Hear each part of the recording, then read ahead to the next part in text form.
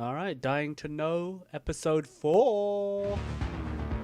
I don't know, for some weird reason, I feel like I haven't done a video in ages, even though that's not true. But here we are. It's a shame it got delayed, but you know, prioritize the well-being, obviously, of your employees. Hello and welcome to the... Wait, what episode number are we It's on something again? I can never obviously be like, oh yeah, no, I should have done that. With Like, obviously, introducing yeah. Aiden Caldwell, the protagonist. That's true. And then we looked at some of the monsters we'll find in the city. Exactly, and then it was parkour and creative combat. Wow. All right. Well, 4 episodes already. Thank you so much for joining us on this journey. And if you missed any episodes so far, they're all on our YouTube channel for you to catch up. And we have already shown you so much, it might seem you know everything about the game. Kind of. Really, actually, that's a good point. It's just the tip of the iceberg. So let's dive a bit deeper. Today, we're going to show you the vast open world of Dying Light 2. Even though it's violent, brutal, and full of death, you'll find there's a surprising amount of beauty and vibrancy in the city. And you will hear a lot about exploration, freedom, interaction, and some secrets you may find in the city. And at the end of this episode, there's going to be one secret less, because we're going to be doing a big old Hollywood name drop and showing you a new big name in the world of Dying Light 2, Stay Human. Who is it? You have to wait till the end to find out. There are many elements that create the open world of Dying Light to Stay Human. The city has a diverse architecture with historic churches, a business district, modern apartment blocks, and old villador. It is full of immersive sounds that fill the streets, and there are plenty of characters that you will meet along the way. But it's impossible to talk about all of this at once. So let's start with the places that you will visit and explore during your journey. And for that, I have my next guests. Keeping separate any places that you would probably come across while you're exploring separately, which I think is, that kind of makes sense, you know? As we know, Villador is unlike any city we have seen before, mostly because the pandemic and the apocalypse have left their marks on the city. But what exactly are those marks? Yes, we wanted the player to feel the past of the city while they're exploring it, to see the city's old glory, this old civilization, its old monuments of its old heroes, big skyscrapers, a TV tower, or old abandoned subway stations, or even an abandoned cargo ship. I mean, the city's heydays are clearly behind us, but if you explore it fully, you'll find old traces of the city just before the spread of the Harran virus. That's very true. Also, during exploration, the player I will almost see read that that citizens of the as, city are trying to bring back some of the the Harran aspects virus. of, let's say, What? normality. And yes, they are fully aware that it's pointless, but they are still trying. To give you an example, we'll meet a man who, to add some love to the city, created something that's similar to today's dating apps. We'll also have a chance to listen to an opera singer who sings arias from years ago among the ruins. And those are the colorful characters I mentioned. Anything to add? Yes, it's definitely worth exploring the major vast city of our game. Besides the player's main goals, side quests, and missions, you can venture back to the past of the city once called Villador. You can find old traces of newspapers, recordings of the mayor's speeches, books, posters, and many, many other objects that will give you that feeling and history about that whole city. There's also the past can come back in the form of audio cassettes, especially the ones recorded by a father who's desperately seeking to find out. There's your what's platinum happening with his trophy. daughter. Oh, I know Find this story all very the well, audio and it is cassettes. quite emotional, right? Yes, indeed. Okay, Bartek, thank you. Kasia, to you as well. Thank you for joining me. Of course, we have just scratched the surface of what's there in the game, but we I will wonder let how big the you map is, to actually. discover it by yourself. Like, how big is the city?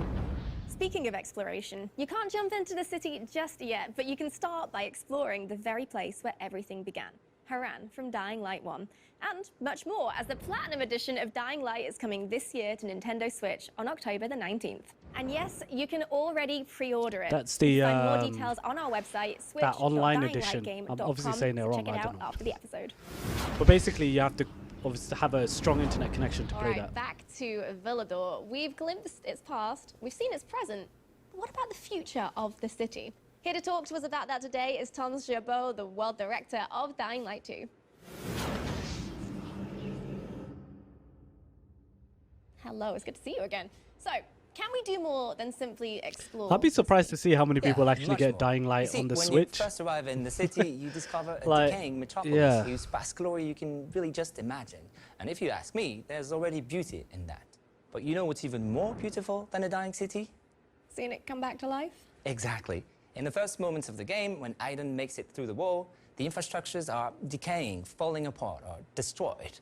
But some are just dormant, waiting to be revived. So, for example, we have several electrical stations throughout the city, and of course these have been offline for ages. But if you choose to do so, you can attempt to fix them. If you Ah. succeed, it's a real game changer. Get light in areas that would otherwise be dark most of the time. With electricity back on, the face of the city changes. Yeah. Storefronts light up, air vents turn on and help with the navigation, electrical traps become available to fight the infected, and old world remnants just come back to life. And you can explore these if you learn about the history of this place. Ooh, and I do want to learn about the history. So we can revive the city, literally, then. Yeah, but there are many more ways in which the choices of the player will shape the world around them. Okay, I mean, what kind of choices are we looking at? Well, actually, as you restore power to the city and help a new civilization rise on top of the old one, you're given one central choice. Which faction are you going to side with? It's called the City Alignment System, and besides gameplay consequences, it will give you the power to shape the skyline of the city, literally.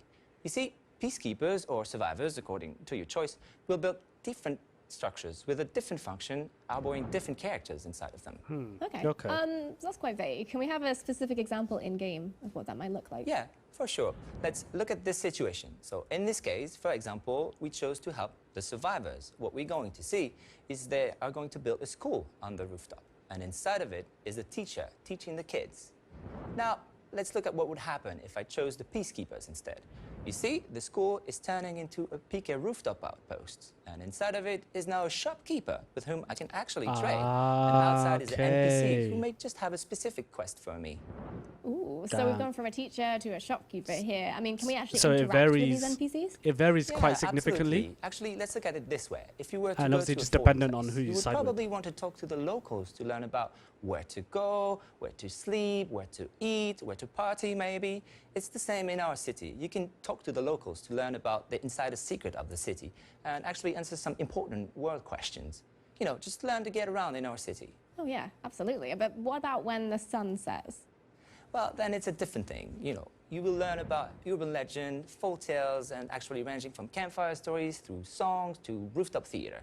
People will always need stories to learn how to live, and it's especially important in our city. And who knows, if you pay attention, maybe you'll realize that some of your actions, some of the choices you make in-game become stories told on the rooftops. So I could be an urban legend in Yeah. the game. That would be That's so pretty cool. I mean, Yeah. it sounds like I'm going to need That would be multiple pretty damn playthroughs cool. to really fully experience the richness of these choices and these worlds. Well, thank you so much for joining us today, Thomas. It's been a pleasure. Thank you, Leah. I want to If be you'd a like to legend, start urban legend in the exploring game. world of Dying Light Just to go stay talking to human a already, random like why don't you go to NPC, techlandgg.com, and it's like, oh, where did you you'll hear find a about whole that new thing that section happened with and that thing? stories You'd be like, about the citizens of yo, Villador. that was Check them out me. now and let us know on our social media That'd what be you pretty want to hear sick. about. And while you're there, don't forget to grab other rewards and goodies, such as these new weapons, the Dragon Breath Bow and the Neon Storm Ye Old Trusty. Go to techlandgg.com to get them now. My next guest is the composer of the Dying Light 2 Stay Human soundtrack, Olivier de Riviere.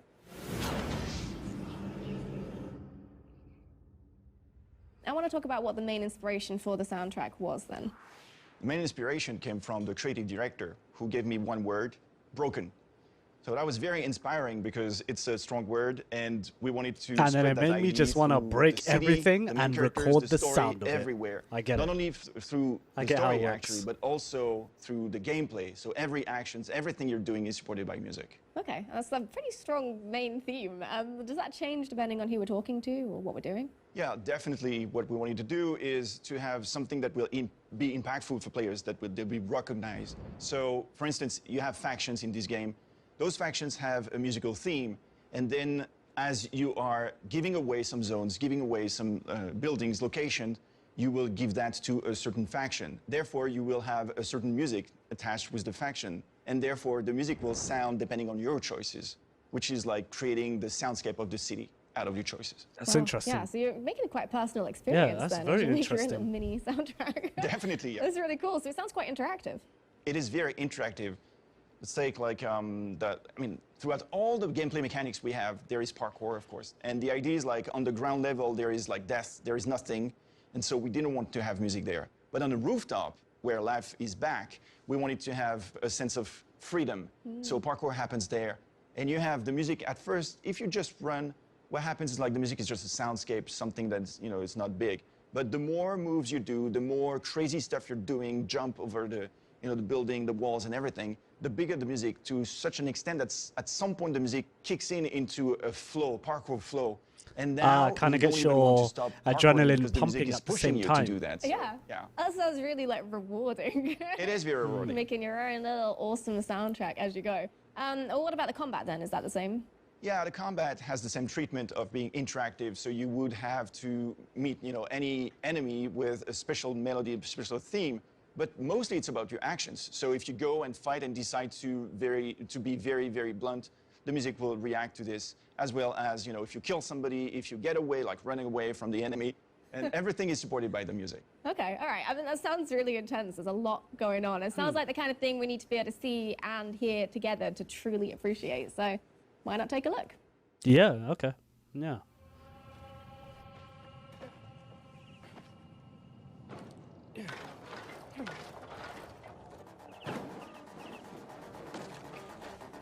Okay, it's pumping. It's pumping.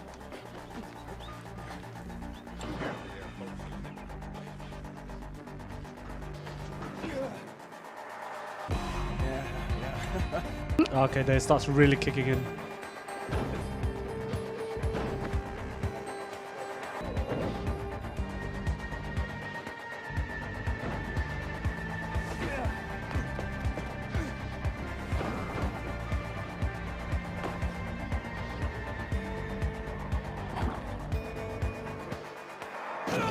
I was gonna say, he jumped down below, like, what the hell?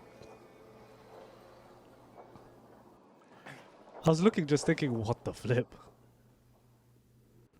Wow. I mean, yeah, you can truly appreciate how it's all coming together and making, again, a really personal feeling experience. But does that kind of change depending on where we are in the map, like what location we're in? Right, it definitely changes depending where you are in the game. So when you start the And I'm game, assuming it the also music would be changes sort of like soundscape between moody, day sort and of little night. things, we don't want to be too big. But as the player goes and as you understand more of the story, as you getting more empowered, the music grows and grows and grows to such an extent that at some point the music get a new treatment and an orchestra is now supporting your actions and the story. Yes, so now it's the next level for the music. But, however, what we wanted to support as well is the personal story of Aiden. And for that, we wanted to have a very special sound, very special instrument that will make the sort of like emotional. Okay, well, I mean, I really, really want to know more about this, but I am going to have to stop you there, unfortunately, because we need some secrets for next time, of course. Well, thank you so much for joining us, Olivier. It's been a pleasure, and I can't wait to hear the soundtrack. Thank you. Should have just told us. Why None not? of the things that we are talking about here today would be possible without the work of sound-level designers, such as Edyta Mosińska-Duralska, who makes it all work in the game. Senior Hello, sound Edyta. level Hi. designer. We are kind of mediators, I think, between the composer, Olivier, and the game. We implemented his music and vision into Dying Light 2, making sure that it all works as it's supposed to. Like, for example, since we have so many teams, the soundtrack must switch to another system whenever player wanders off the main plot. Whether they fight walls, search for Mia, parkour, or enter Dark Zone, we see to it that the music gets all the changes and details in exactly those moments Olivier imagined. And we know that music changes when you parkour, fight, or enter locations, Damn, right? just imagine Yeah, trying to sure. put that all How together and exactly just does it figuring it work? out and be like, okay, So every system if he does works, this, this is supposed to happen. a If he little does bit this, this different, is supposed to But happen. in fact, it all comes It kind down of makes to you appreciate creating just how special much zones, work is scripting, going and into level it. design. And, we And to an had to extent, set I'm up not all of surprised this it got manually. delayed because it looks like For a example, hell a lot of work the music needs to is know going if into it. the player is parkouring in a dangerous or safe place, if they are jumping over the street, what kind of enemy they are fighting, what's the enemy's faction and rank, and so on, so on, so on. And the music knows it's all mostly thanks to special invisible zones that we add inside the game. Okay, invisible zones, this sounds intriguing. So what are they and how many of them are there in the game? Oh, there's so many of them, I guess millions, probably. They are, let's say, boxes triggering when the player enters them.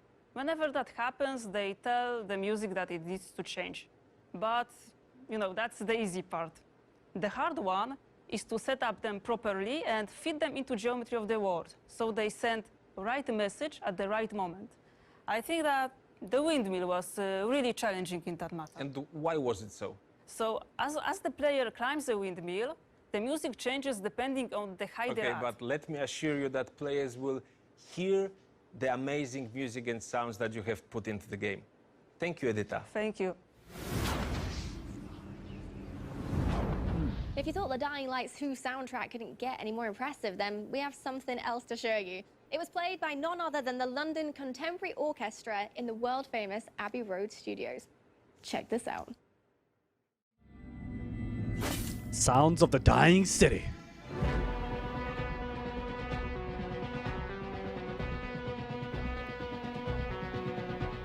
Generally, I try to get the core, the substance of, let's say, a word through an instrument. And this time I had to go back to my friend Nicolas Bras, who's making instruments out of junks, literally junks. And he created this instrument that could be in the world of Dying Light 2, completely like accurate with all the little details and sort of, you know, the roughness of the instrument.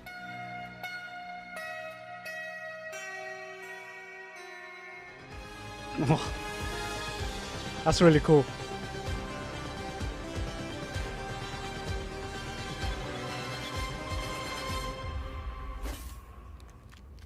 I swear I saw a wheel on that instrument. Now it's time for something special. We already know Aiden, the protagonist of Dying Light 2 Stay Human. And Hakon, who in our game has the face of David Bell, the inventor of parkour. David Bell! Now let's meet another important citizen. Yeah, and that's the perfect time to show you the surprise we have saved for last. You may know her from the Mandalorian series. Or from the famous Sin City. So without further ado, Meet Lawan. Lawan.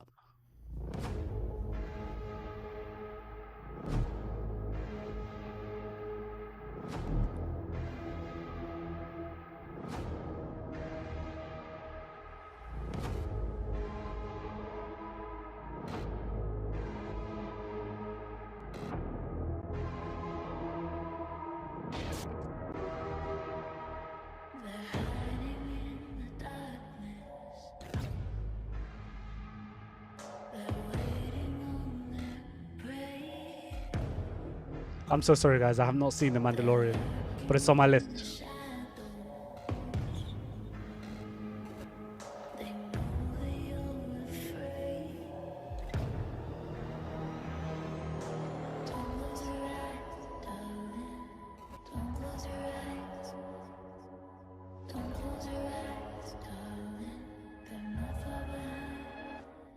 Hi, I'm Rosario. Oh, shit. Dying Light 2. Okay. You know me as Lawan, a warrior. Rosario of sorts, Dawson. a very tough woman who is fighting her past. And For some reason, I don't know looking to why in my seek head I thought revenge Sasha on the Banks. people who wronged She's- her. Now, what I really love about this game and this character Yeah, dope. is that how she is really dependent on you, the player. Is she going to be this rage-filled killer who is obsessed with her goals? Or will she be a night runner who risks her life to save others? It's up to you. senior writer Piotr Mostowski will tell us more about Lawan. Sweet. Hello. Rosario Dawson. All right. So let's talk about Lawan. Lawan is one of the strong, self-reliant women in the world of Dying Light to Stay Human. She is an important character with a lot of impact on the plot, but we also wanted her to be way more than that, to be a real person with her own goals, her own motivations, and her own opinions as well. So if she doesn't like something you do or something you say, She will tell you that, and she will act on it, you know, sometimes even against you, and you will feel the consequences of it. She's her own boss, and her kill list is open, so you don't want to. Damn, she's like, watch your back. Kill list. No, no, she doesn't. I need to know more about that. Guys, let's stop here because that's a spoiler. Peter, tell us more. Why did we choose Rosario to become Lawan? Because Lawan is uncompromising and she's tough, and you are going to have a lot of crazy adventures with her, sometimes balancing on the verge of life and death, you know. And in the process, she can become your dearest friend or your enemy at some point. So in order to convey all that, because there is quite a lot to convey, we needed an extraordinary actor, and Rosario turned out to be just perfect, you know. And I cannot wait to meet her in game. Thank you so much for joining us today. Thank you. Thanks. Thanks. Sweet. Dying Light 2 Stay Human is just a few months away, and on February the 4th, we'll finally be able to experience its vast and vibrant open Hopefully world, that's complex characters, its and gripping final stories. date. Thank you Like, for joining us today. it's not gonna get Next moved time, again. We'll show you what choices you might encounter in the city and the ways in which you can change the world. Stay safe. Stay human. Don't tell me what to do. Yeah, man. Like, every time I've been watching one of these Dying to Know, like, episodes or streams, like, it just makes you think, well, damn, this is one hell of a big game. And to a certain degree, like, I can completely understand why it's been delayed, because there's so much going into it. You know, like, it's got these top quality, you know, actors and like characters and such, and this massive world and all these choices. Just when they were talking about the sound design, that made my head spin. I was just thinking, bruh, there's a lot going into this. But yo, come February, people are gonna be playing the hell out of this. I'm not too sure about the Nintendo Switch version, but people will be playing this. But that was Dying Light 2 Dying to Know episode 4. Let me know what you guys thought about this down in the comments below. Has this gotten you more hyped about the game? Has this gotten you into getting the game, or could you care less? Let me know down below. If you have enjoyed the video, please do hit that like button, as it does help with the algorithm here on YouTube. The algorithm, you know, that thing. Do leave a comment down below, let me know the part you liked or disliked, and do subscribe to the channel, keep notifications open. There are new videos on the channel every week, so do hit subscribe so you are aware when new things go up. Dying Light 2 is still looking amazing. I'm not sure how many more episodes they'll be doing, but of course they just mentioned there is going to be a next time, so I'll be back again for Dying to Know episode 5. Once again, hit like on the video to help push it through the algorithm, leave a comment down below, subscribe to the channel, and I'll see you guys in the next one. Peace.